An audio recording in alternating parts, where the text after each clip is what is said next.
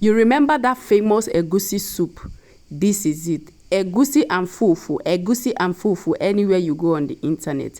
This is that famous egusi soup. Hi guys, my name is Esther and welcome to my page if it's your first time. So this is egusi soup. So I'm going to show you how I used to cook my own egusi. Everybody have their own different method of making this soup. And this is one of the methods I use in making this soup. To start, I'm going to be using goat meat.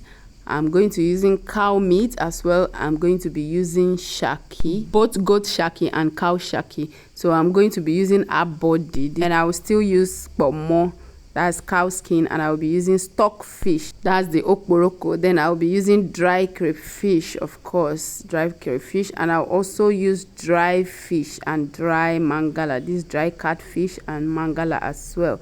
And because abodi and shaki are tough to cook, so I will start by cooking those ones first. Then when it softens a bit, I will add my goat meat to that. Then after adding that, I'm going to add my seasoning cube. I'm going to add salt.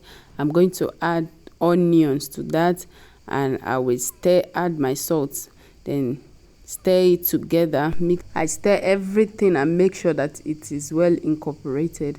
Then when I'm rest assured, I add water to that and allow that to boil. Then after like 15 minutes, our meat should be cooked now. So I open it up and take a bite and see if it's okay, because it's still going to cook in the soup as well. I forgot to mention this fish, so I added my fish to that water so it can also boil. Then to the queen of the day, which is the egusi. This is your famous egusi seed. So I'm going to wash this and blend this in my blender. Then after that, I'm going to add palm oil to my pan. You don't allow this to heat up at all.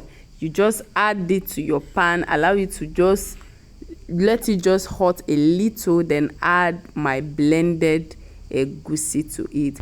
Then after you add your egusi, you start to fry. You can notice that this egusi is pure white. There is nothing inside. I don't blend my egusi together with my pepper and my onion. That is not how it is done in my place. You will add egusi. Yes, egusi and onion goes together, but you have to blend that onion and pepper separately. Leave this egusi separately. You fry this. We have to fry this a while. Make sure it is caked. So this egusi has so many different species of it. This particular species I'm using, it doesn't cake together. There are some kind of egusi that you cook, it cakes together. This is that type that doesn't cake together. Even though I like the type that cakes together, but I can't find that. So that is that. I will first of all fry my egusi first. Then I'll add my bitter leaf. This is dry bitter leaf I added. If you can find fresh bitter leaf, it will be more better, but I can't find fresh bitter leaf right now, so I use the dry one I brought from Africa. So after frying this for a while, before I will add my blended pepper, crayfish and onions.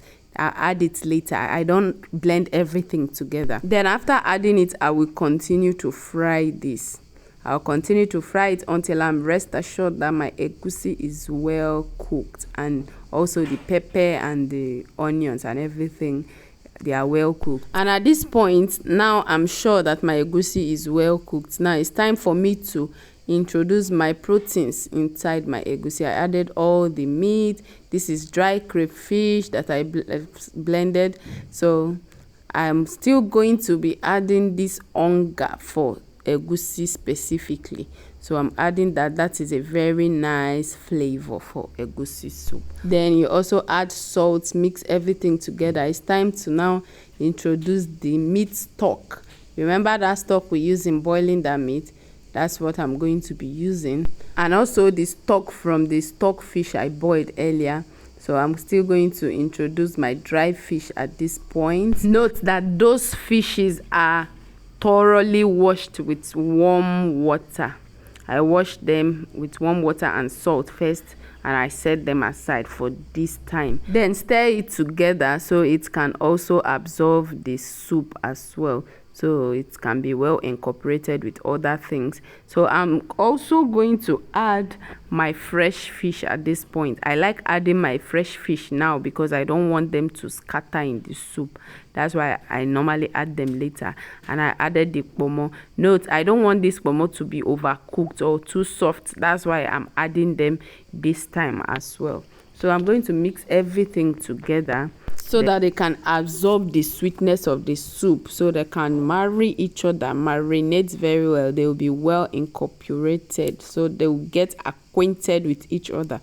So lovelies, are you still watching up to this point? Have you liked my page? Have you followed my page? Please, if you haven't followed my page, please and please press that follow button and God will surely bless you. So cover this and let it cook for a while. After some while, this is our egusi soup. Our egusi is doing well so far.